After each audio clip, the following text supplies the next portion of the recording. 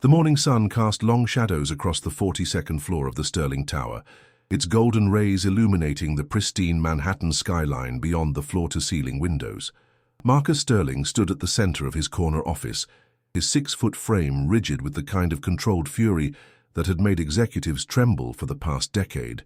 "Unacceptable," he muttered, his steel-gray eyes fixed on the coffee ring, marring the surface of his imported mahogany desk. The stain was barely 2 inches wide, but to Marcus it might as well have been a crater in the center of his perfectly ordered world. At 32, Marcus had built Sterling Technologies from a cramped garage startup into a $500 million empire. Every detail mattered, every surface gleamed, every employee knew that perfection wasn't just expected, it was demanded. He pressed the intercom button with more force than necessary. "Sarah, get building maintenance up here, now." His assistant's voice crackled through the speaker, professionally cautious.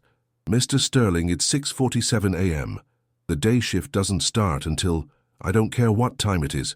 Someone was in my office last night, and they left a mess. Find out who." Marcus paced behind his desk, his Italian leather shoes clicking against the polished marble floor. The quarterly board meeting was in 3 hours, and he had planned to review the Patterson Industries acquisition one final time. Instead, he was dealing with incompetence that shouldn't exist in a building he paid premium rates to maintain. 15 minutes later, Sarah knocked softly before entering with a man in his 50s, wearing a maintenance uniform. "Mr. Sterling, this is Joe Martinez, the night shift supervisor." Joe stepped forward, his weathered hands clasped behind his back. "Sir, I've reviewed the cleaning logs. Elena Rodriguez was assigned to your floor last night.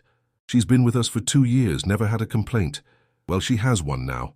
Marcus gestured sharply at the desk. "This is what happens when people don't take their jobs seriously. I want her up here. Immediately. Sir, her shift ended at 6 a.m. She's probably on her way home. I don't care if she's on Mars, get her back here."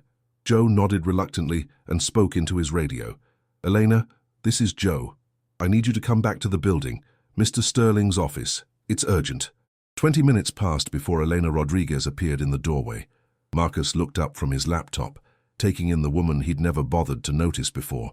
She was petite, probably in her late 20s, with dark hair pulled back in a practical ponytail and tired eyes that spoke of long nights and early mornings.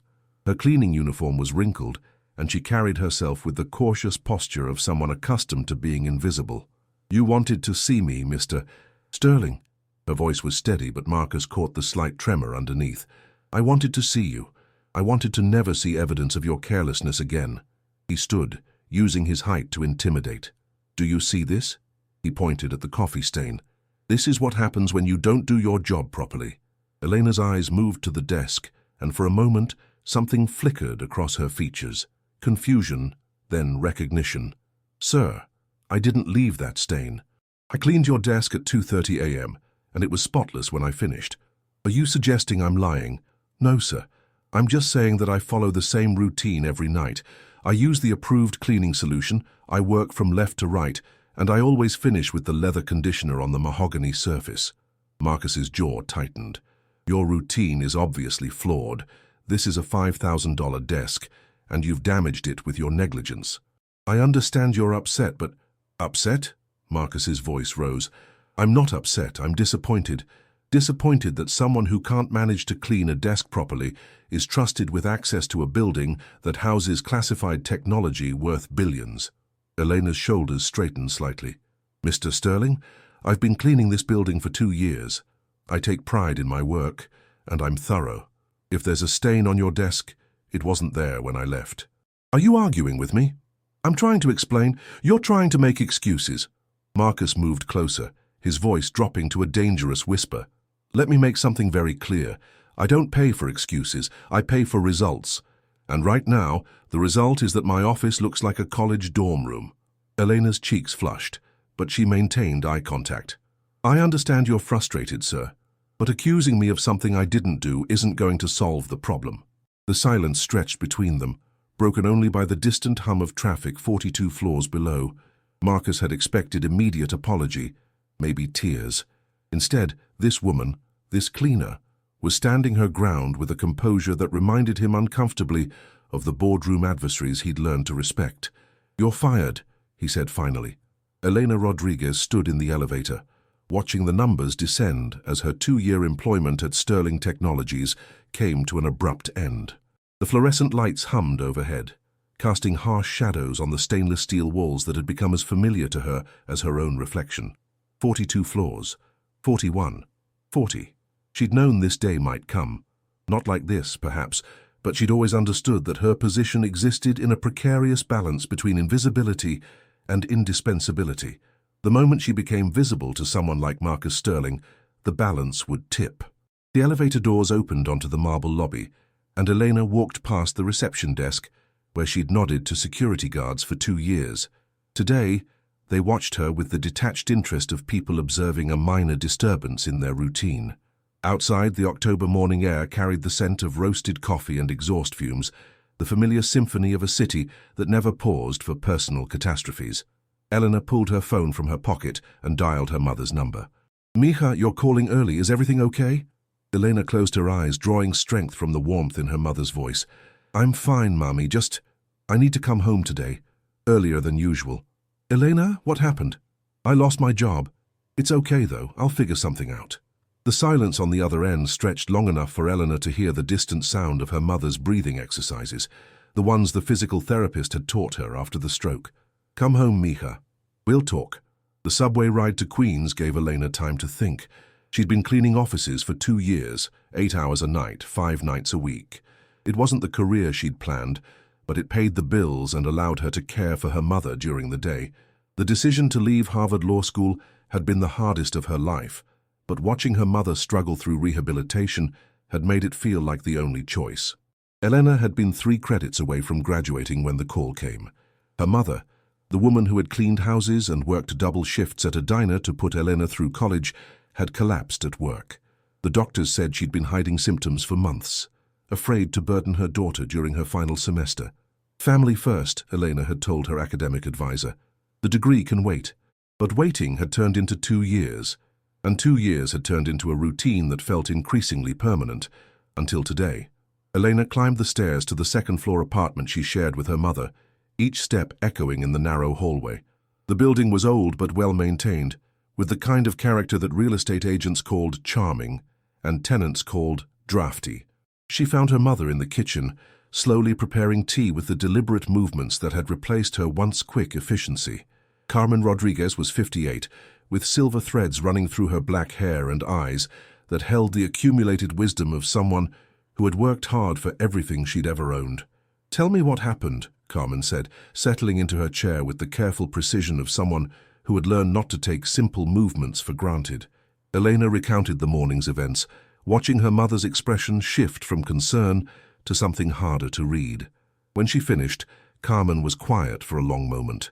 "This man, this CEO, he doesn't know who you are. He knows I'm the woman who supposedly ruined his desk. No, Mija, he doesn't know who you are.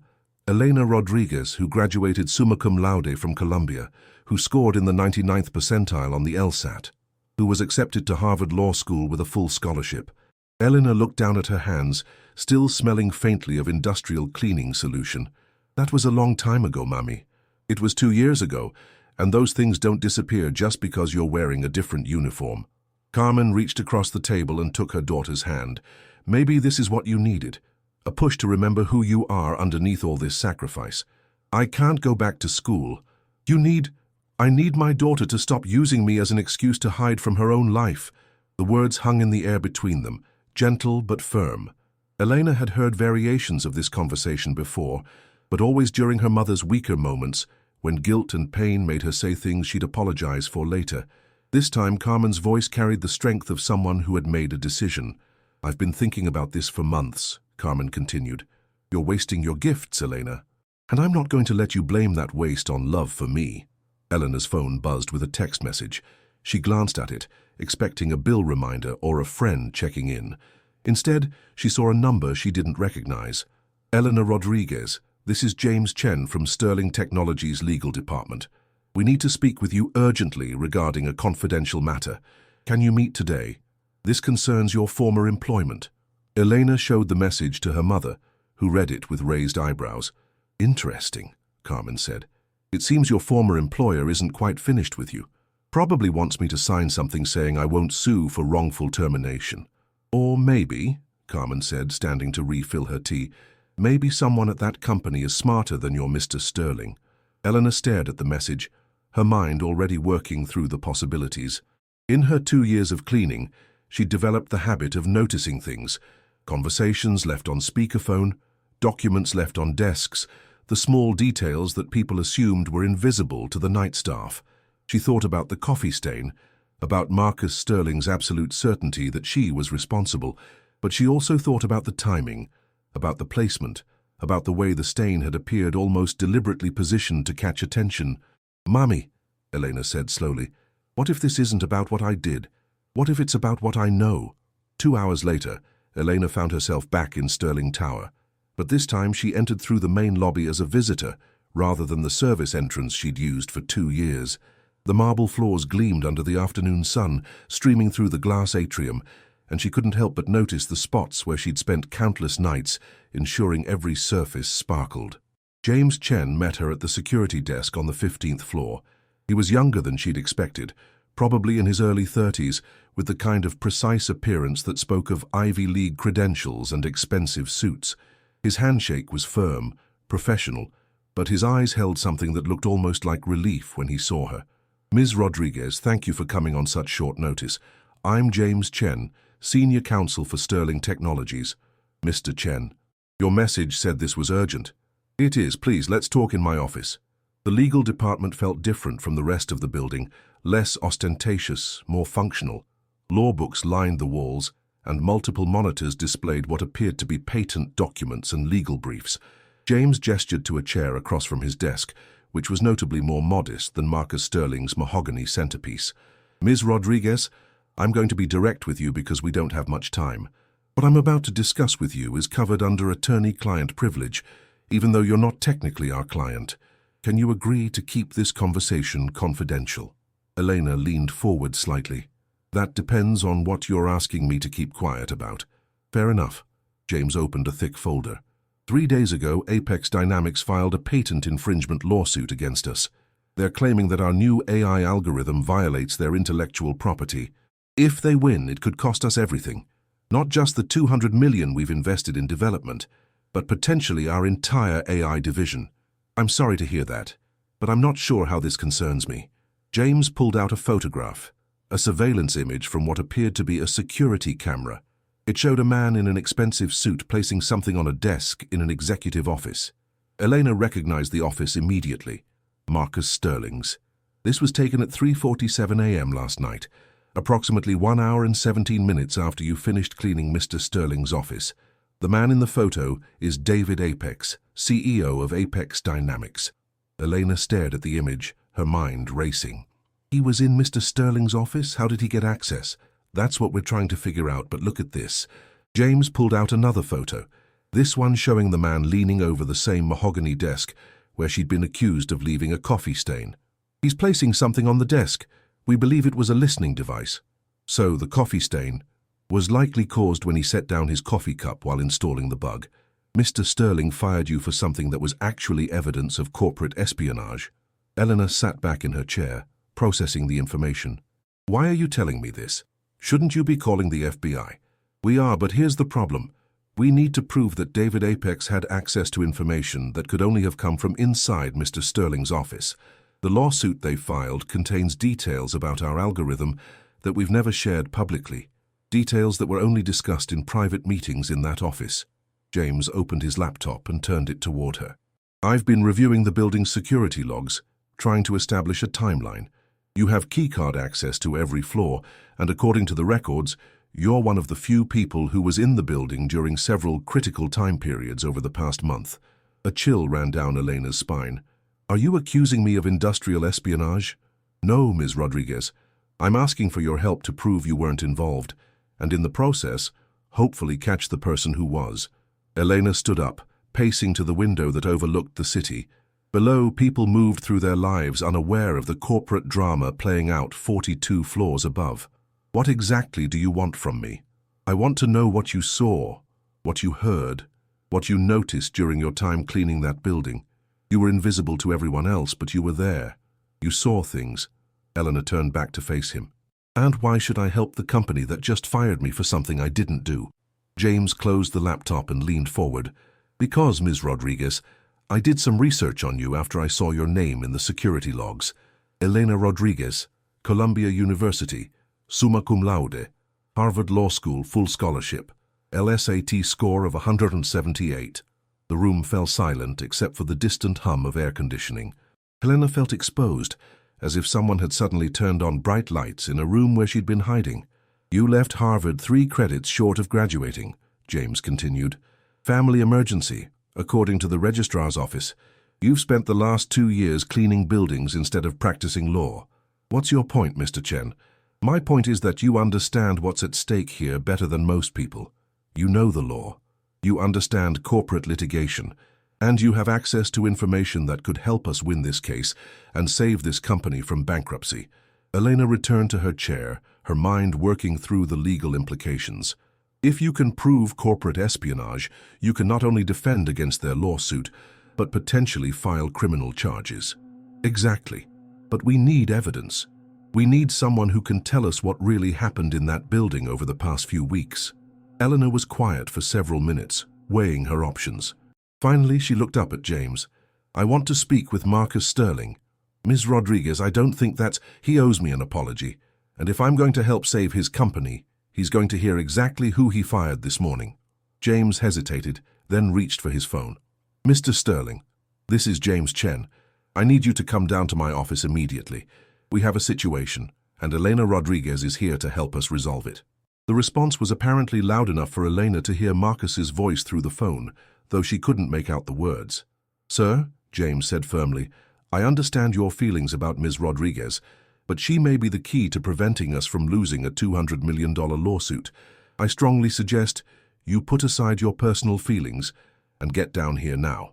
5 minutes later, Marcus Sterling appeared in the doorway of James's office. His eyes immediately found Elena, and she could see the confusion and irritation warring in his expression. What is she doing here? I thought I made it clear that— Sit down, Marcus, James said, his tone carrying an authority that surprised Elena.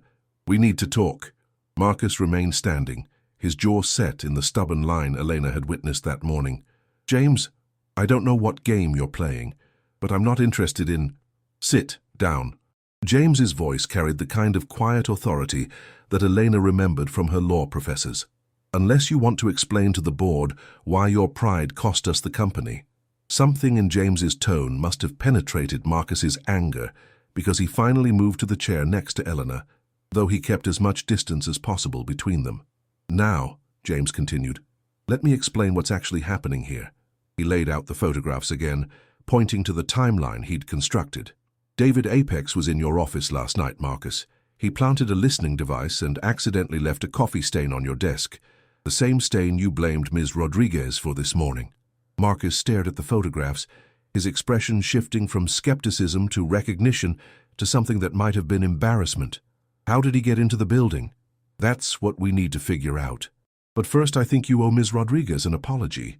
James, I think, Eleanor interrupted, her voice steady but carrying an edge that made both men look at her, that before we go any further, Mr. Sterling needs to understand exactly who he fired this morning. Marcus turned toward her, his expression wary.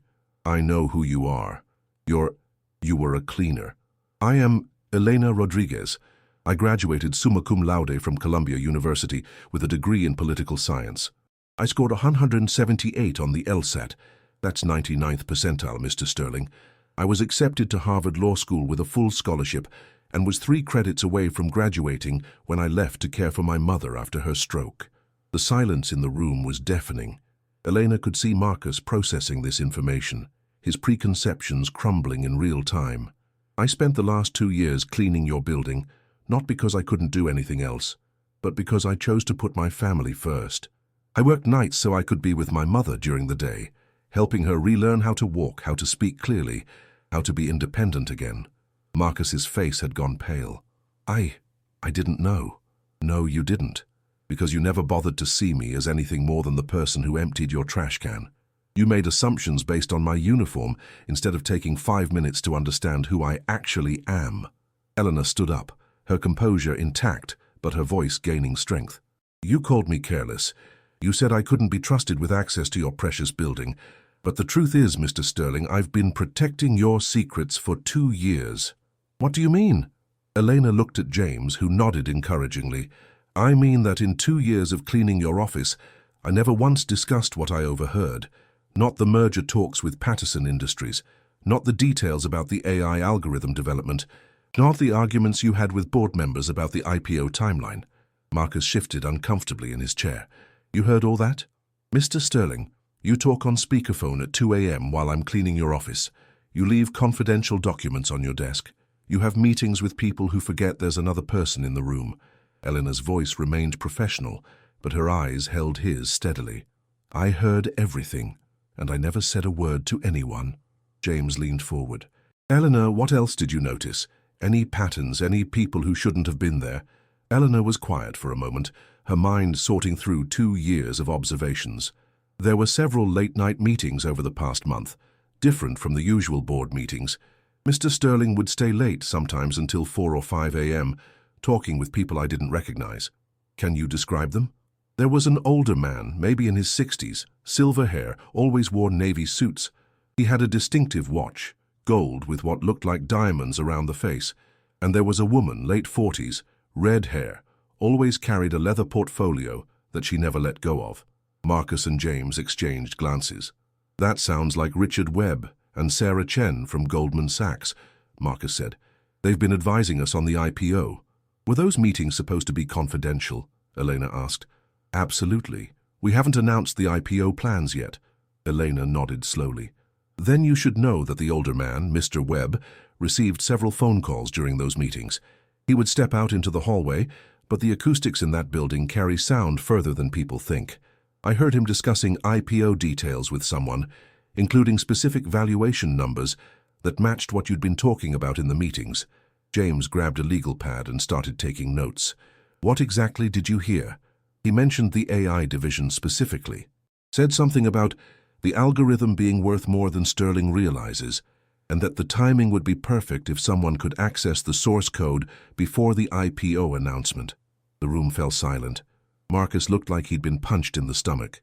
James, he said quietly, Goldman Sachs has had access to all our IPO documentation, including technical specifications for the AI algorithm. And if someone at Goldman Sachs was feeding information to Apex Dynamics... James trailed off, the implications clear.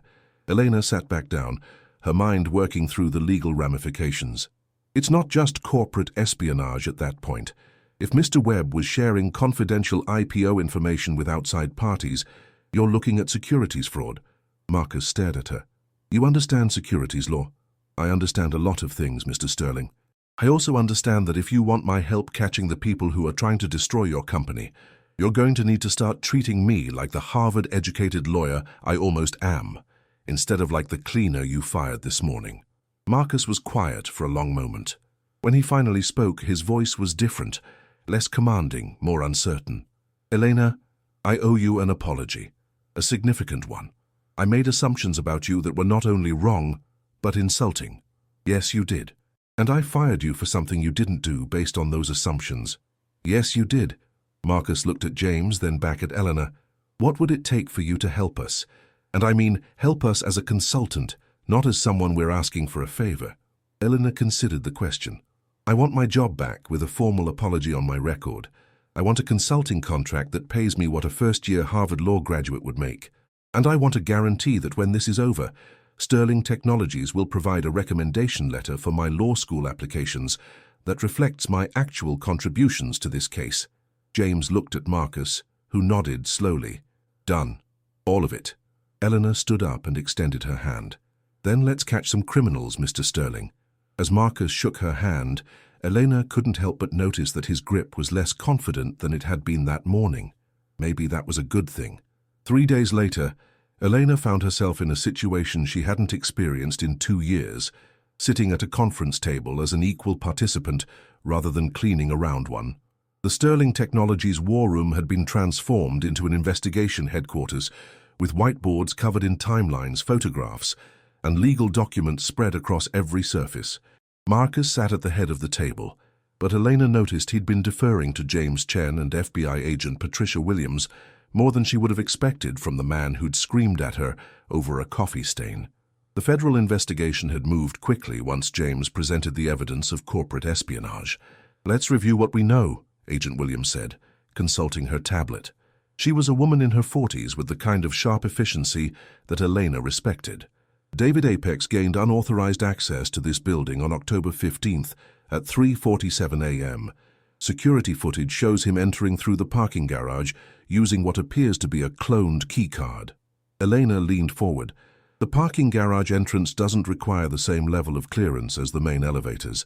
If someone had access to an employee's keycard data, they could clone it for limited access. "Exactly," Agent Williams confirmed. "We're running background checks on all employees with parking garage access, but we need to understand how Apex knew about the algorithm details before he planted that listening device." Marcus shifted in his chair. "The algorithm specifics were only discussed in my office during private meetings. If someone was already listening in, how would they know to listen in the first place?" Elena had been thinking about this for 3 days. "Mr. Sterling, you mentioned that Richard Webb from Goldman Sachs had access to your IPO documentation. What if the leak started there?" James pulled up a file on his laptop. "We've been investigating Webb's phone records. 3 calls to David Apex in the past month, each occurring within 24 hours of your meetings with Goldman Sachs." "That's not conclusive," Elena said, her legal training kicking in. "We need to establish intent and coordination. Phone calls between financial advisors and industry executives aren't uncommon." Agent Williams smiled slightly. "You think like a prosecutor, Ms. Rodriguez. We need more than circumstantial evidence." Elena felt a warmth she hadn't experienced in 2 years, the satisfaction of being intellectually challenged and respected for her capabilities. "What about the timing of Apex Dynamics' lawsuit? If they filed 3 days ago but gained access to your office last week, they must have been preparing their case before they had concrete evidence." Marcus looked confused. "What do you mean?" "Patent litigation takes months to prepare properly. You need technical analysis, legal research, filing documentation. If they filed just days after gaining access to your algorithm, they either rushed the process, which would show in the quality of their filing, or they were preparing long before they had legal justification." James's eyes lit up. "Elena, you're brilliant. Let me pull up their actual filing." He typed rapidly, then turned his laptop screen toward the group. "Look at this. Their technical analysis is incredibly detailed. This isn't something they put together in a week." Agent Williams leaned in to examine the document. "This level of detail would require months of preparation. Either they've been planning this for a long time or they had inside information all along," Elena finished. "Mr. Sterling, when did you first discuss the algorithm with Goldman Sachs?" Marcus consulted his phone calendar. "First meeting was August 12th. We've had weekly meetings since then." Eleanor did the math quickly. "That's 8 weeks. Plenty of time to prepare a comprehensive lawsuit if Webb was feeding them information from the beginning." Agent Williams made notes on her tablet. "We need to prove the connection between Webb and Apex Dynamics goes back further than these recent phone calls." Eleanor stood up and walked to the whiteboard, picking up a marker. "Let's think about this systematically," she began writing. "We know Webb had access to algorithm details starting in August. We know Apex filed a suspiciously detailed lawsuit in October. We know Webb made phone calls to Apex, but we need to establish a pattern of communication and exchange of value." She drew connections between the names and dates. "Agent Williams, can you access Webb's financial records? If he was being paid for information, there should be transactions. We'd need a warrant for that, but given what we have, I think a judge would approve it." Marcus watched Elena work at the whiteboard with an expression she couldn't quite read. When she caught him staring, he looked away quickly. "There's something else," Elena said, turning back to the group. "During one of those late-night meetings, I heard Webb mention something about the Seattle connection. At the time, I thought he was talking about a potential investor, but now I'm wondering if it was more specific." James typed on his laptop. "Apex Dynamics is headquartered in Seattle." Agent Williams looked up sharply. "When exactly did you hear this reference?" Eleanor closed her eyes, trying to recall the exact night. "It was a Thursday, probably 3 weeks ago. Mr. Sterling had been in meetings until almost 4 a.m., and Webb stayed after the others left. He made a phone call and mentioned keeping the Seattle connection happy and something about delivery on schedule." That's September 17th, Marcus said, checking his calendar. The night we finalized the algorithm specifications for the IPO documentation. The room fell silent as the implications sank in. Elena felt the familiar rush of pieces falling into place, the same feeling she'd had during her best law school mock trials. "Agent Williams," she said, "if Webb called Apex immediately after that meeting, and if we can prove he shared specific technical information that night, we have him for both corporate espionage and securities fraud." "Agreed. I'll get warrants for Webb's communications from September 17th forward." Marcus cleared his throat. "Elena, I have to ask, how do you remember all these details so precisely? Most people wouldn't recall specific conversations from weeks ago." Elena set down the marker and faced him. "Mr. Sterling, for 2 years, the most intellectually stimulating part of my day was the conversations I overheard while cleaning your office. I paid attention because those conversations were the closest thing I had to practicing law." The admission hung in the air, and Elena immediately regretted being so honest. But Marcus's expression wasn't what she expected. Instead of pity or discomfort, she saw something that looked like respect. "Eleanor," he said quietly, "we need to talk privately after this meeting." Agent Williams stood up, gathering her materials. "I'll have those warrants by tomorrow morning. Mr. Chen, I'll need you to prepare a comprehensive timeline of all meetings where Goldman Sachs had access to confidential information. Ms. Rodriguez, your detailed recollections are going to be crucial for our case. I may need you to provide formal testimony." After Agent Williams left, James began packing up his files. "Elena, excellent work today. You've given us a clear path forward." When they were alone, Marcus moved to the chair next to Elena, instead of staying at the head of the table. "I owe you more than an apology. We already discussed that." "No, I mean for more than just this morning. Elena, you've been wasted here. Not just in the cleaning position, but I've been thinking about what you said, about using your nights here as the closest thing you had to practicing law." Elena waited, unsure where this was going.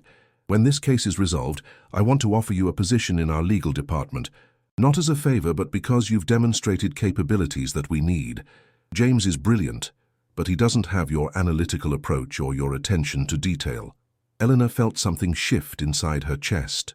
Hope, maybe, or possibility. "What about my mother? What about her? You'd be working here during the day instead of cleaning at night. You'd actually have more time with her, not less." Eleanor considered this. "And law school? We'll work around your class schedule." "Elena, I'm not trying to keep you from finishing your degree. I'm trying to offer you a way to use your skills while you complete it." For the first time in 2 years, Elena could see a path forward that didn't require choosing between her dreams and her responsibilities. "I'll think about it." Marcus smiled, the first genuine smile she'd seen from him. "That's all I can ask." 2 days later, Elena sat in James Chen's office at 6 a.m., wearing professional attire for the first time in 2 years. The navy blazer and slacks felt foreign after so many months in cleaning uniforms, but they also felt like armor, protection for the person she was rediscovering herself to be. "Are you ready for this?" James asked, adjusting the small recording device attached to her lapel. Elena nodded, though her stomach churned with nerves. "Agent Williams confirmed that Webb doesn't know about the federal investigation yet?" "Correct. As far as he knows, Sterling Technologies is moving forward with the IPO on schedule. He should still be expecting regular updates from Marcus." Marcus entered the office carrying 2 cups of coffee. He offered one to Elena, a gesture that would have been unthinkable a week ago. "The meeting is set for 8 a.m. in my office.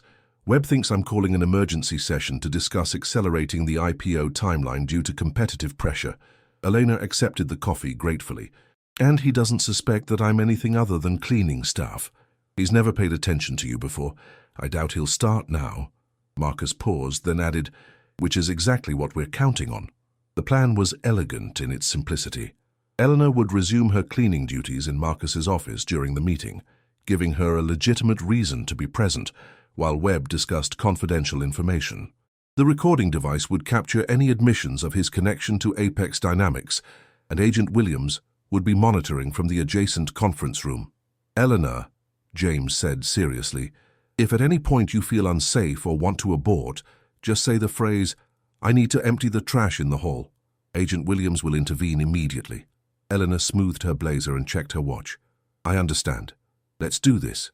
At 7:45 a.m., Eleanor entered Marcus's office through the cleaning staff entrance, pushing a cart of supplies she hadn't touched in a week. The familiar routine felt strange now. She understood the space differently, saw it through the eyes of someone who belonged there, rather than someone who was invisible within it. Marcus was already at his desk, reviewing documents. When he saw her, he nodded professionally. "Morning, Elena." "Good morning, Mr. Sterling." The formal address felt odd after their recent conversations, but it was necessary for the performance they were about to give. At exactly 8 a.m., Richard Webb arrived. Eleanor was dusting the bookshelf in the corner, her movements deliberate and quiet. Webb barely glanced at her as he settled into the chair across from Marcus's desk. "Marcus, I appreciate you calling this early meeting. The markets are moving faster than we anticipated."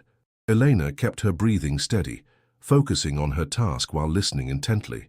"Richard, I'm concerned about information security," Marcus said, following the script they'd rehearsed.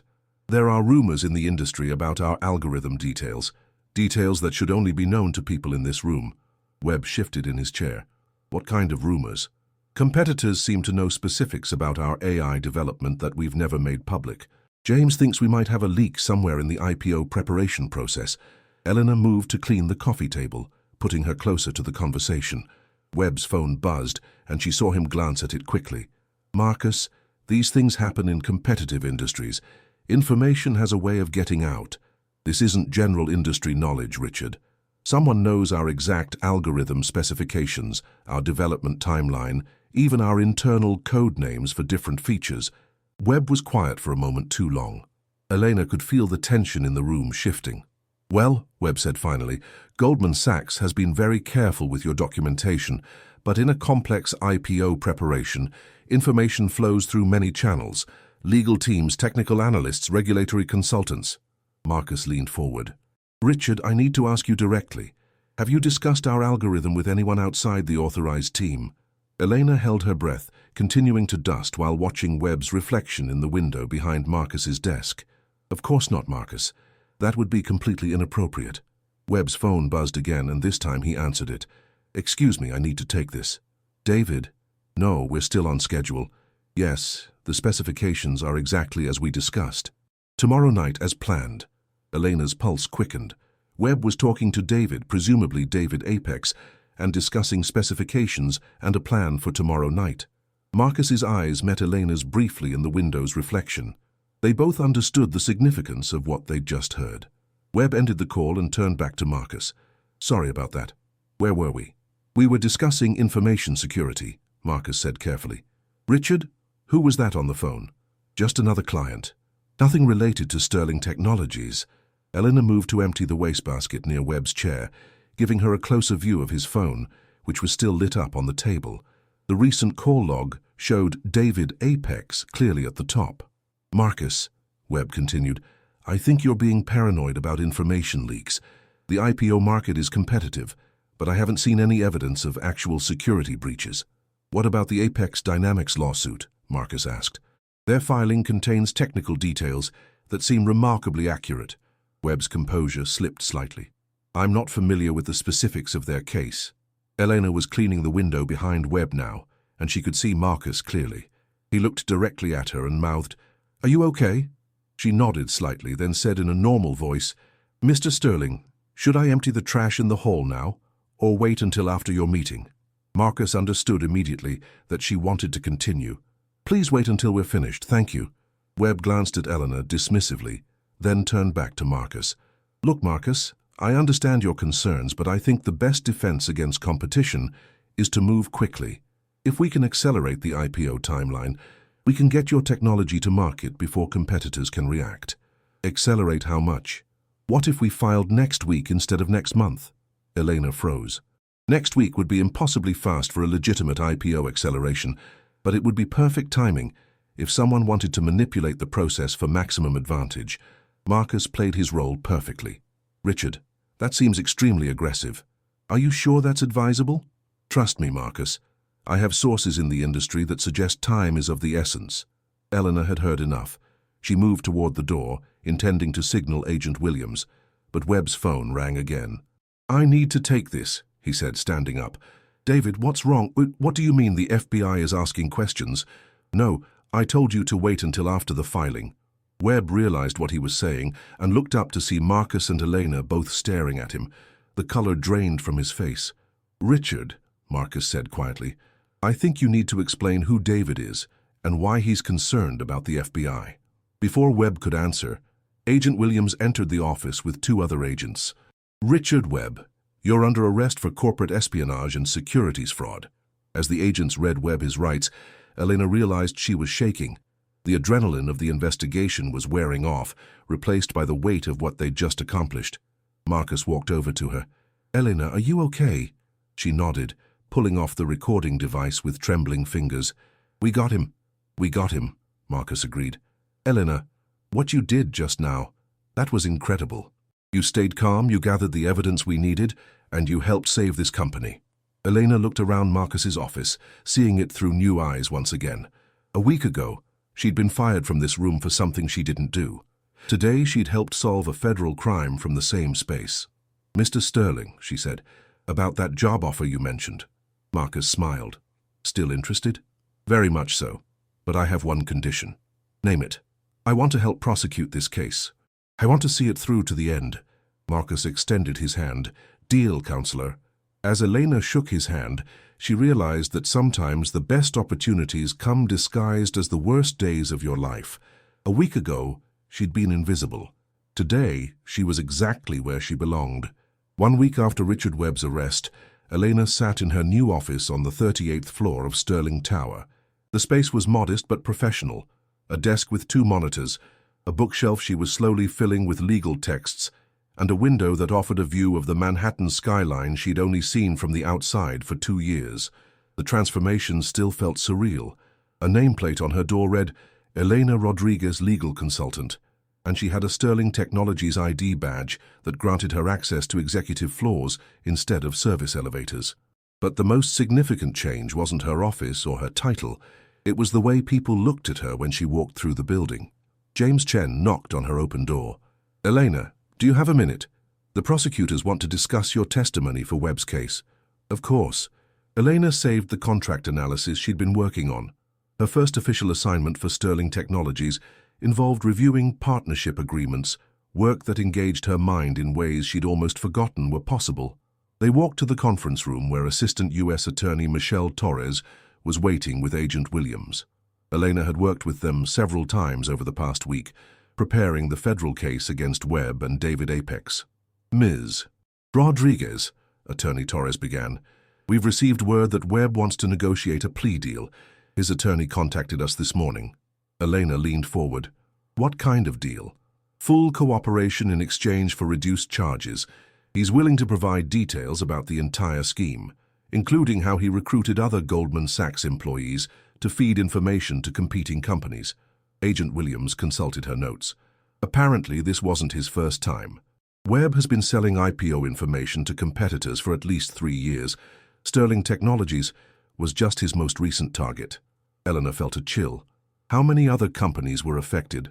"We're still investigating, but potentially dozens." Webb had access to confidential information from some of the biggest tech IPOs of the past few years. James shook his head. "The scope of this is incredible."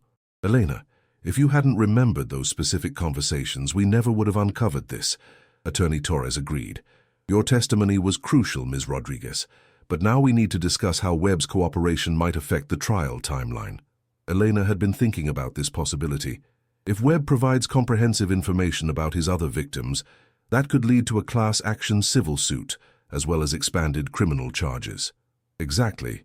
We're looking at potentially hundreds of millions in damages across multiple companies. Your detailed recollections of his conversations could be key evidence in establishing patterns of behavior." The magnitude of the case was growing beyond what Elena had initially imagined. What had started as corporate espionage against Sterling Technologies was now revealing itself as a systematic scheme that had affected the entire tech industry.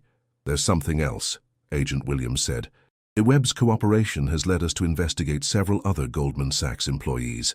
It appears he was running a network of people who had access to different types of confidential information." Elena considered the implications. "This could destabilize Goldman Sachs entirely if the public loses confidence in their ability to maintain client confidentiality. Which is why, Attorney Torres said, the Department of Justice is treating this as a priority case. We want to move quickly and decisively. After the meeting ended, Elena walked back toward her office, processing the conversation. The scope of Webb's crimes was staggering, but she also felt a deep satisfaction knowing that her attention to detail had helped uncover something this significant. Elena. Marcus's voice came from behind her. She turned to see him approaching with an expression she'd learned to recognize, the look he got when he was working through a complex problem. Mr. Sterling, how did the board meeting go? Marcus had spent the morning briefing Sterling Technologies' board of directors on the investigation and its implications for the company's IPO plans. Better than expected, actually. The board is impressed with how we handled the situation. They're also impressed with you. Elena felt a warmth spread through her chest. That's good to hear. Elena, can we talk privately? In my office. They rode the elevator to the 42nd floor in comfortable silence. Elena noticed that Marcus had removed the coffee-stained mahogany desk and replaced it with something more modern and practical. When she mentioned it, he smiled. I decided it was time for a change. That desk represented a lot of things I didn't like about myself. In his office, Marcus gestured for Elena to sit in one of the chairs facing his new desk, but instead of sitting behind it, he took the chair next to her. Elena, I've been doing a lot of thinking this week. About leadership, about assumptions, about how I've been running this company. Elena waited, sensing that this conversation was important to him. When I fired you last week, I thought I was demonstrating decisive leadership. I thought I was maintaining standards. But what I was actually doing was demonstrating ignorance and arrogance. Marcus, we've already discussed. Please let me finish. This isn't just about apologizing again. It's about acknowledging that my behavior toward you was part of a larger pattern. I've built this company by demanding perfection, but I've confused perfection with conformity to my own limited perspective. Elena studied his face. The man sitting next to her was different from the one who had screamed at her about a coffee stain. There was something softer in his expression, more thoughtful. I've been thinking about how many other Elena Rodriguez's might be working in this building, people with incredible capabilities that I've never bothered to recognize because they don't fit my preconceptions about what talent looks like. That's a fair observation. Marcus stood up and walked to the window overlooking the city. I want to implement changes, Elena. Real changes to how we hire, how we promote, how we recognize potential, but I need help understanding what those changes should look like. Elena joined him at the window. What are you asking me? I'm asking if you'd be willing to help me develop new HR policies, mentorship programs, ways to identify and develop talent regardless of someone's current position or background. The request surprised Elena. She'd expected Marcus to offer her more legal work, but this was something broader, an opportunity to influence the culture of the entire company. You want me to help change how Sterling Technologies treats its employees? I want you to help me build a company where someone like you would never be overlooked again, where intelligence and capability are recognized regardless of whether someone is wearing a suit or a cleaning uniform. Elena was quiet for several minutes, looking out at the city where millions of people were working jobs that might not reflect their full potential. I'll help, she said finally, but I want to start with the night cleaning staff. Marcus turned to look at her. What do you mean? I mean that for 2 years, I worked alongside people who were invisible to this company's leadership. Some of them have college degrees. Some of them speak multiple languages. Some of them have skills and experiences that could benefit Sterling Technologies, if anyone bothered to ask. Elena's voice gained strength as she continued. If you're serious about change, Marcus, it has to start with the people who are most overlooked. Not just future hires, but the people who are already here. Marcus nodded slowly. You're right. How do we begin? We start by talking to them, by asking about their backgrounds, their goals, their interests. We create pathways for internal advancement that don't require people to already have the right credentials. Elena paused, then added, and we make sure that when someone shows intelligence and capability, we respond with opportunity instead of suspicion. Marcus extended his hand. Partners? Elena shook it, remembering how different his handshake had felt a week ago. Partners. As they looked out at the city together, Elena realized that this conversation represented something larger than career advancement or corporate policy changes. It was about the possibility of building something better, A workplace where people's contributions mattered more than their job titles, where potential was recognized regardless of the uniform someone wore. It was about creating the kind of place where a brilliant woman cleaning offices at night could be seen for who she really was, instead of being invisible until she was needed to solve an impossible problem. "Marcus," Eleanor said, "I have one more request." "What's that?" "I want to finish my law degree. Not just for me, but because I think Sterling Technologies could benefit from having attorneys who understand what it's like to work every level of this company." Marcus smiled. "Eleanor, I wouldn't have it any other way." 3 months later, Eleanor stood in the Harvard Law School registrar's office, signing the papers that would allow her to complete her final 3 credits. The dean had agreed to accept her work on the Webb case as an independent study in corporate law, recognizing the real-world legal experience she'd gained. "Ms. Rodriguez," the registrar said, "it's unusual for us to readmit a student after such a long absence, but your recent work has been quite impressive. Professor Williams mentioned that you've been consulting on one of the largest corporate espionage cases in recent history." Elena smiled. "It's been an interesting few months." The train ride back to New York gave her time to reflect on how much had changed since that morning, when Marcus had accused her of leaving a coffee stain. The federal case against Webb and his network had resulted in guilty pleas from 7 Goldman Sachs employees and was leading to industry-wide reforms in how investment banks handled confidential client information. More personally, Elena's work at Sterling Technologies had expanded beyond legal consulting. She was now heading the company's new professional development initiative, a program designed to identify and nurture talent throughout the organization regardless of employees' current positions. The program's first success story was Maria Santos, a member of the cleaning crew who spoke 4 languages and had an accounting degree from Columbia. Elena had discovered Maria's background during interviews with the night staff and helped her transition to a position in Sterling's international finance department. Elena's phone rang as the train pulled into Penn Station. Marcus's name appeared on the screen. "How did it go at Harvard?" he asked without preamble. "I'm officially re-enrolled. I'll graduate in May." "Congratulations. Are you free for dinner tonight? There's something I want to discuss with you." Elena had learned to be cautious when Marcus used that particular tone. "What kind of something?" "The good kind. Meet me at Rosa's on 47th Street at 7? Rosa's was a small Italian restaurant that had become their unofficial meeting place for discussions that required privacy. Elena arrived to find Marcus already waiting in their usual corner booth, but he wasn't alone. James Chen sat across from him, and both men stood when they saw her approaching. "Eleanor," James said, embracing her warmly. "Marcus told me about Harvard. That's fantastic news." As they settled into the booth, Eleanor noticed an energy between the 2 men that suggested they'd been planning something. "Okay," she said. "What's going on?" Marcus and James exchanged glances before Marcus spoke. "Elena, Sterling Technologies is expanding.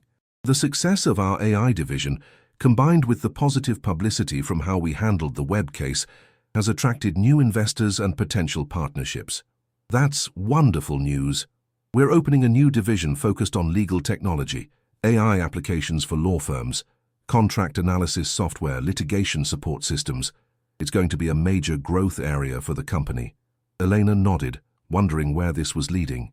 James leaned forward. "We want you to head the division." Eleanor's fork stopped halfway to her mouth. "What?" "Chief Legal Technology Officer," Marcus continued. "You'd oversee product development, client relations, and strategic partnerships. You'd have a team of developers, lawyers, and business analysts reporting to you. But I haven't even finished law school yet."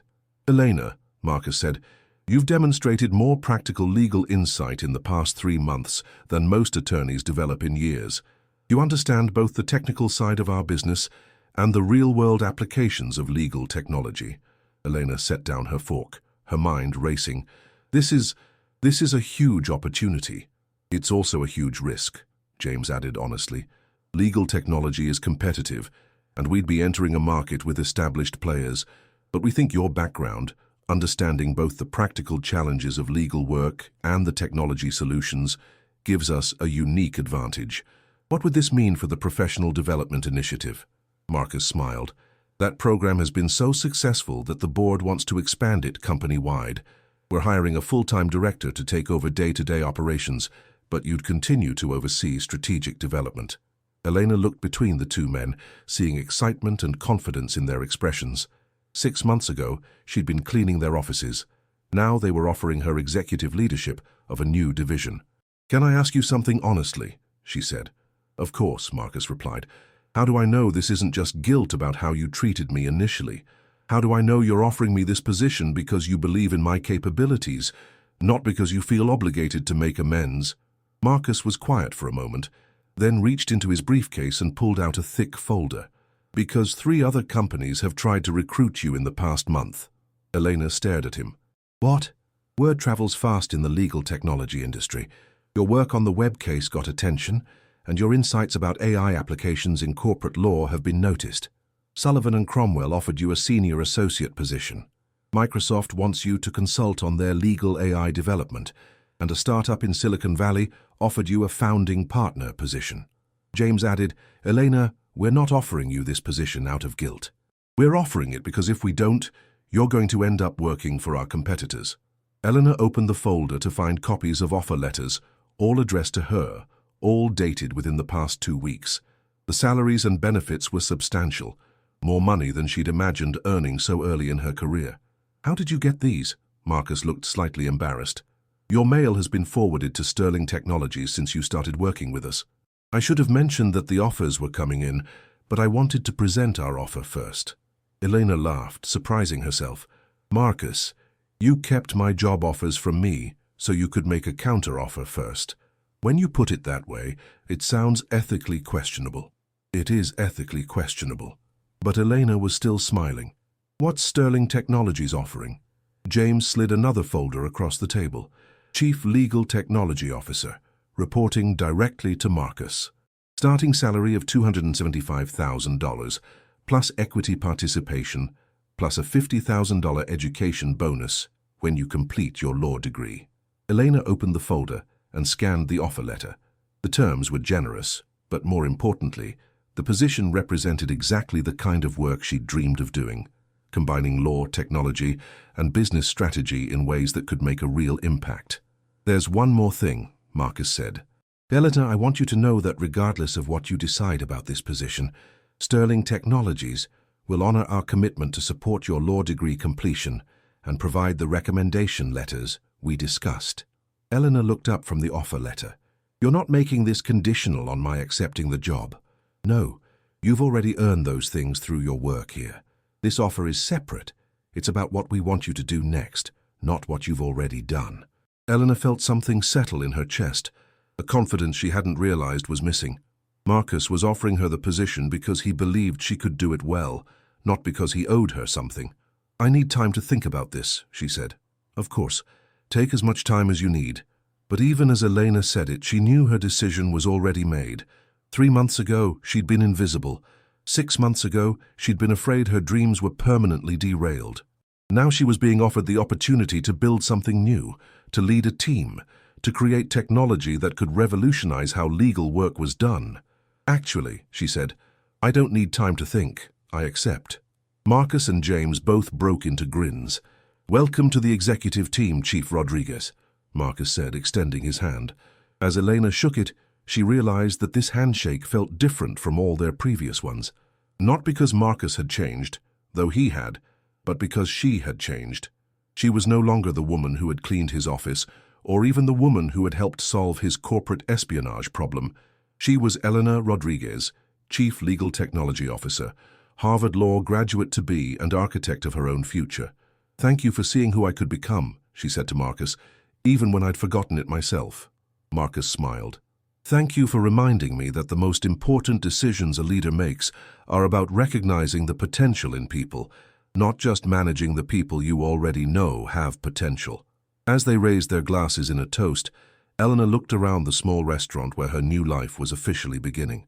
Sometimes, she thought, the best opportunities really do come disguised as disasters. Sometimes being fired for something you didn't do leads to discovering something you were meant to do. Sometimes a coffee stain changes everything. 1 year later, Elena stood on the stage of the Javits Center in Manhattan, addressing an audience of 500 legal professionals at the Legal Technology Innovation Summit. Behind her, a massive screen displayed the Sterling Legal logo, a clean, modern design that represented the new division she'd built from the ground up. "When I started working in the legal technology field," Eleanor began, her voice carrying clearly through the auditorium, "I discovered that the best innovations come from understanding real problems faced by real people. Not theoretical challenges, but the daily frustrations of attorneys, paralegals, and support staff who need technology to work with them, not against them." In the front row, Marcus sat with Carmen Rodriguez, Elena's mother, who had insisted on attending what she called her daughter's big moment. Carmen looked elegant in a navy dress Elena had helped her choose, her recovery from the stroke now complete enough that she worked part-time as a Spanish translator for Sterling Technologies' international clients. "The Sterling legal platform launched 6 months ago with a simple premise," Elena continued. "Legal technology should be intuitive enough for a first-year law student to use, powerful enough for a senior partner to rely on, and affordable enough for small firms to access." The audience was engaged, leaning forward as Elena demonstrated the software's capabilities. Contract analysis that once took hours now required minutes. Legal research that previously demanded teams of junior associates could be completed by a single attorney with AI assistance. Document review for litigation had been streamlined to identify key information with 94% accuracy. "But the real innovation," Elena said, clicking to a new slide, "isn't just in the technology. It's in how we developed it." The slide showed photographs of diverse teams working together, attorneys collaborating with software developers, paralegals testing interfaces, support staff providing feedback on workflow design. "We built this platform by listening to everyone in the legal ecosystem, not just the people in corner offices. Some of our best features came from suggestions by court clerks, legal secretaries, and administrative assistants, whose insights had been overlooked by previous technology developers." Eleanor caught sight of Maria Santos in the audience, now Sterling Technologies' Director of International Operations, sitting next to James Chen and several other colleagues who had supported the legal division's growth. "The results speak for themselves," Elena said, advancing to a slide showing adoption statistics. "In 6 months, we've partnered with 200 law firms, from solo practitioners to large international firms. Our client satisfaction rating is 96%, and attorney productivity has increased an average of 35% among our users." The presentation concluded with enthusiastic applause, and Elena felt the familiar rush of satisfaction that came from sharing work she believed in with people who understood its value. During the networking reception that followed, Eleanor found herself surrounded by attorneys interested in Sterling Legal's technology and approach. She answered questions about implementation, discussed customization options, and listened to suggestions for future development. Elena Rodriguez, a woman, approached during a brief lull in conversations. "I'm Sandra Liu from Harvard Law School. I heard your presentation and I'm impressed by both your technology and your approach to development." Elena shook Sandra's hand, curious about the introduction. "I'm here representing our Alumni Success Program," Sandra continued. "We're planning a panel discussion about non-traditional career paths in law, and we'd like you to be a featured speaker." The invitation caught Elena off guard. A year ago, she'd been afraid she'd never finish law school. Now, Harvard wanted her to speak about successful legal careers. "I'd be honored," Elena said, "though I should mention that my path was less non-traditional and more accidentally circuitous." Sandra laughed. "That's exactly why we want you to speak. Your story, leaving school to care for family, working while completing your degree, building a technology company that's changing the legal industry, it shows students that there are many ways to build a meaningful legal career." As the reception wound down, Elena found Marcus and her mother near the exhibition area, examining a display of Sterling Legal's latest features. "Mija," Carmen said, embracing her daughter, "I'm so proud of you. When I watch you speak like that, I see the woman I always knew you could become." Eleanor hugged her mother tightly. "I couldn't have done any of this without your support, Mummy. Especially during those 2 years when I thought I'd given up my dreams." "You never gave up your dreams," Carmen corrected gently. "You just took a longer path to reach them." Marcus approached with a smile. "Elena, exceptional presentation. The feedback I'm hearing from potential clients is overwhelmingly positive." "Thank you. How did the investor meetings go this morning?" Marcus's smile widened. "Better than expected. We have 3 venture capital firms interested in funding Sterling Legal's expansion into international markets. Eleanor felt excitement building. International expansion had been part of her 5-year plan for the division, but having the funding to accelerate that timeline was beyond what she'd hoped for. There's something else, Marcus continued. Eleanor, the board has been discussing Sterling Technologies' future leadership structure. We're growing rapidly, and we need executives who understand both technology and human potential. Eleanor waited, sensing another significant conversation approaching. They want to offer you the position of Chief Operating Officer for the entire company. Elena stared at him. COO? Marcus, that's a massive responsibility. It's also a recognition of what you've already accomplished. Helena, in 1 year, you've built a division that's generating 20 million in revenue, developed technology that's changing an entire industry, and created a professional development model that we're implementing company-wide. Carmen took her daughter's hand. What does your heart tell you, Mija? Eleanor looked around the conference center, watching legal professionals discussing technology that her team had created, technology that was making their work more efficient and effective. She thought about the responsibility of helping lead a company that employed thousands of people, the opportunity to influence how an entire organization approached talent development and innovation. I need to understand what COO would mean for Sterling Legal, she said to Marcus. I'm not willing to abandon the division I've built. You wouldn't abandon it. Elena, as COO, you'd oversee all of Sterling Technologies' divisions, including legal. You'd be responsible for operational strategy across the entire company. Eleanor considered the scope of the opportunity. Leading Sterling Legal had taught her about product development, team management, and strategic planning, but COO would require skills she'd need to develop, managing larger budgets, coordinating between multiple divisions, representing the company to major investors and partners. What does the timeline look like? She asked. The board wants to make the announcement next month, with a transition period through the end of the year. Elena, I won't lie to you. This is a significant step up in complexity and pressure, but you've demonstrated that you can handle challenges that seem impossible at first. Elena smiled, remembering how impossible Marcus's corporate espionage problem had seemed when James first explained it to her. Can I have a week to consider it? Of course. But Elena, I want you to know that regardless of your decision, Sterling Technologies is committed to supporting your continued growth. If you're not ready for COO now, we'll create development opportunities to prepare you for when you are ready.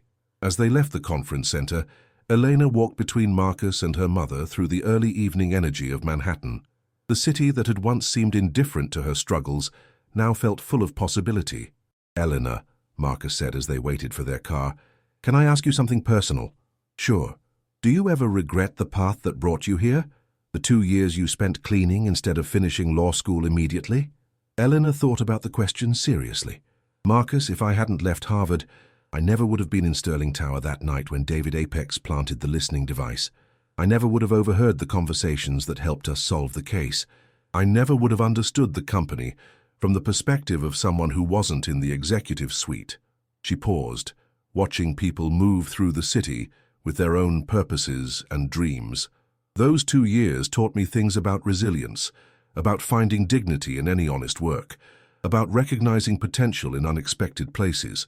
I couldn't be the leader I am now without having been the person I was then. Marcus nodded thoughtfully. I'm grateful you took that path, even though it was difficult for you. It made you the person we needed even when we didn't know we needed you. As their car arrived, Eleanor realized that she already knew her answer about the COO position. She was ready for the challenge, ready to help build something even larger than what she'd created with Sterling Legal. But more than that, she was ready to use her platform to ensure that other Elena Rodriguez's, brilliant people working in positions that didn't reflect their full potential, would be seen and supported and given opportunities to grow.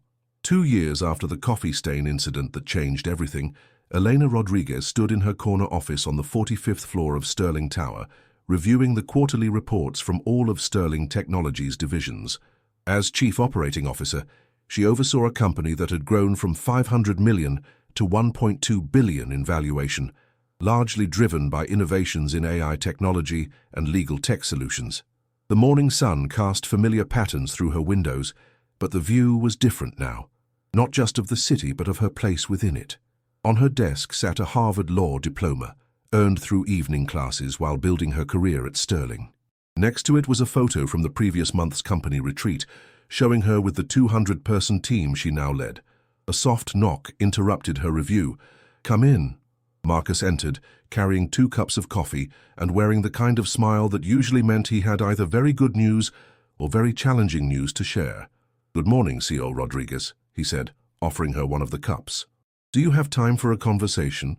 Eleanor accepted the coffee, noting the high-quality ceramic mug, a far cry from the disposable cups that had started their professional relationship. "Always. What's on your mind?" Marcus settled into the chair across from her desk, a piece of furniture Elena had chosen specifically to encourage collaborative conversations rather than hierarchical meetings. "The board met yesterday evening," he began. "Eleanor, they've made a decision about the company's future leadership structure." Eleanor felt a familiar flutter of anticipation. Over the past 6 months, there had been discussions about Marcus stepping back from day-to-day operations to focus on strategic vision and innovation, but no concrete timeline had been established. "They've asked me to transition to executive chairman, focusing on long-term strategy and external partnerships." "Elena, they want to offer you the position of chief executive officer." Elena set down her coffee cup carefully, processing the magnitude of what Marcus had just said. CEO of Sterling Technologies would make her responsible for leading a billion-dollar company with over 2,000 employees. "Marcus, that's an incredible opportunity. But I have to ask, how do you feel about this transition?" Marcus smiled, and Elena recognized the expression as one of genuine relief. "Honestly, I'm excited. Elena, running this company day to day, has taught me a lot about my own strengths and limitations. I'm good at vision and innovation, but you're better at execution and people leadership." Elena stood and walked to her window, looking down at the city where her journey had begun. What would the timeline look like? 6-month transition, with the official change taking effect at the beginning of next year. I'd remain involved in strategic decisions, but operational leadership would be entirely yours. Elena thought about the responsibility this would entail, not just for Sterling Technologies' continued growth, but for the thousands of people whose livelihoods depended on the company's success. She thought about the professional development initiative, now implemented company-wide and serving as a model for other organizations. She thought about Sterling Legal, which had expanded internationally and was revolutionizing how legal work was done globally. "Elena," Marcus continued, "I want you to know that this recommendation is unanimous among the board members. They've watched your leadership over the past 2 years, and they believe you're the right person to guide Sterling Technologies through its next phase of growth." Eleanor turned back to face him. "And what do you believe?" "I believe," Marcus said, "that the woman who could see corporate espionage when I could only see a coffee stain, who could build a $20 million division from scratch while finishing law school, who could transform our entire approach to talent development, I believe that woman can lead this company better than I can." The sincerity in his voice moved Elena more than she expected. 2 years ago, Marcus had seen her as an inconvenience to be dismissed.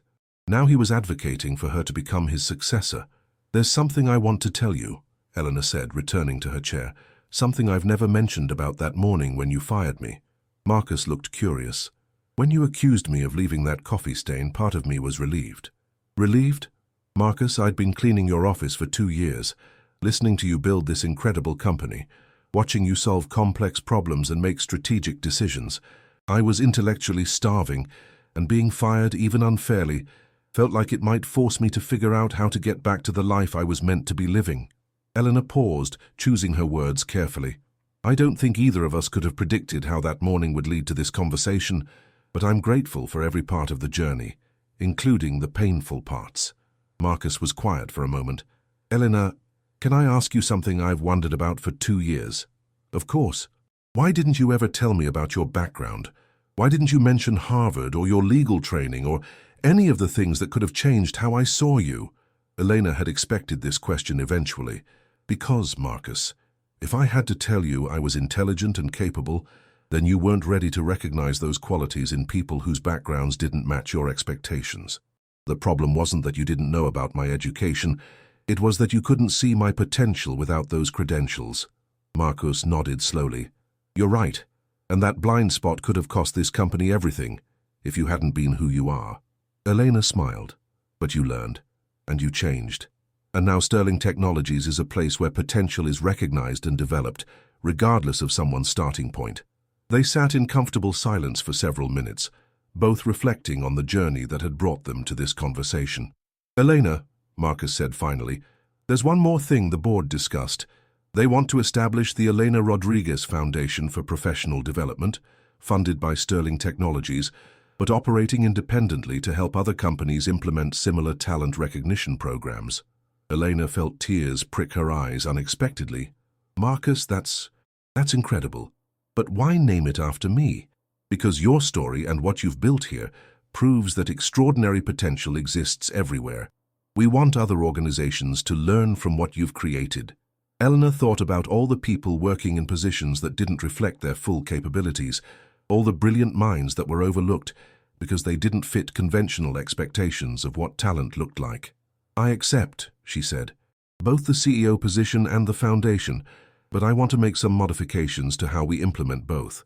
What modifications?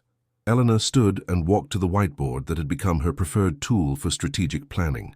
As CEO, I want to establish a company-wide policy that every executive must spend at least 1 week annually working in a frontline position: cleaning, security, food service, administrative support. Marcus raised his eyebrows. That's unconventional. Marcus, leaders make better decisions when they understand how those decisions affect every level of the organization. If I'm going to lead this company, I want every executive to understand what it feels like to be invisible. Elena wrote foundation goals on the whiteboard. And for the foundation, I want to create scholarships for adult learners who are completing their education while working full-time, mentorship programs that connect executives with employees in entry-level positions, and consulting services to help companies audit their talent recognition practices. Marcus watched her write, his expression shifting to one of admiration. Eleanor, you're not just accepting these opportunities, you're reimagining them to create even greater impact. That's what leaders do, isn't it? Take good ideas and make them better. Elena set down the marker and faced Marcus. There's one more thing I want to discuss. Something personal. What's that? I want you to know that despite everything, the initial conflict, the learning curve, all the challenges we've worked through, I consider you not just a colleague, but a friend. You've supported my growth even when it required admitting your own mistakes, and that kind of leadership deserves recognition. Marcus smiled, and Elena could see genuine emotion in his expression. Elena, working with you has made me a better leader and a better person. I'm proud of what we've built together, and I'm excited to see what you'll build as CEO. Eleanor extended her hand, then thought better of it, and embraced Marcus instead. Thank you for seeing who I could become, even when it took a while to get there. As they separated, Elena looked around her office, the space that represented everything she'd built and everything she was about to undertake. On the bookshelf sat a small frame containing the newspaper clipping about Richard Webb's conviction for corporate espionage, a reminder of where her journey at Sterling Technologies had truly begun. Marcus, she said, there's something poetic about this transition happening now. Do you know what next week's date is? Marcus checked his calendar. October 15th. Why? Eleanor smiled. 3 years ago, on October 15th, David Apex broke into your office and left a coffee stain that you blamed on me. Next week marks 3 years since the worst day of my professional life became the beginning of the best chapter. Marcus laughed. Eleanor, when you're CEO, are you going to commemorate that date somehow? Actually, yes, I want to establish an annual company-wide professional development day on October 15th, a day when every employee can attend workshops, pursue training, or meet with mentors to discuss their career goals. Eleanor walked to her window one final time as COO, looking out at the city that had tested her, challenged her, and ultimately embraced her potential. Marcus, sometimes I think about all the other people out there, cleaning offices, working security, doing administrative tasks, who have dreams and capabilities that no one sees. I want Sterling Technologies to be proof that those dreams matter, that potential exists everywhere, and that the right opportunity can change everything. Marcus joined her at the window. Elena, I have no doubt that under your leadership, this company will become exactly that kind of place. As they watched the city move through its afternoon rhythms, Elena felt the deep satisfaction of a journey completed, and a new adventure beginning. From Harvard law student to night janitor to chief executive officer, it hadn't been the path she'd planned, but it had been exactly the path she needed. Sometimes, Elena thought, the most important lessons come disguised as disasters. Sometimes being underestimated gives you the opportunity to exceed everyone's expectations, including your own. And sometimes a coffee stain really can change everything. In her final act as COO, Eleanor sent an email to every Sterling Technologies employee. Tomorrow begins a new chapter for our company, but our commitment remains the same: to recognize potential everywhere, to support growth at every level, and to remember that our greatest asset has always been the intelligence, creativity, and dedication of our people. Thank you for making Sterling Technologies a place where extraordinary things happen, when ordinary people are given extraordinary opportunities. As Elena Rodriguez, soon-to-be CEO, finished her message and prepared to lead a company worth over $1 billion, she smiled at the irony that her greatest professional achievement had begun with being fired for something she didn't do.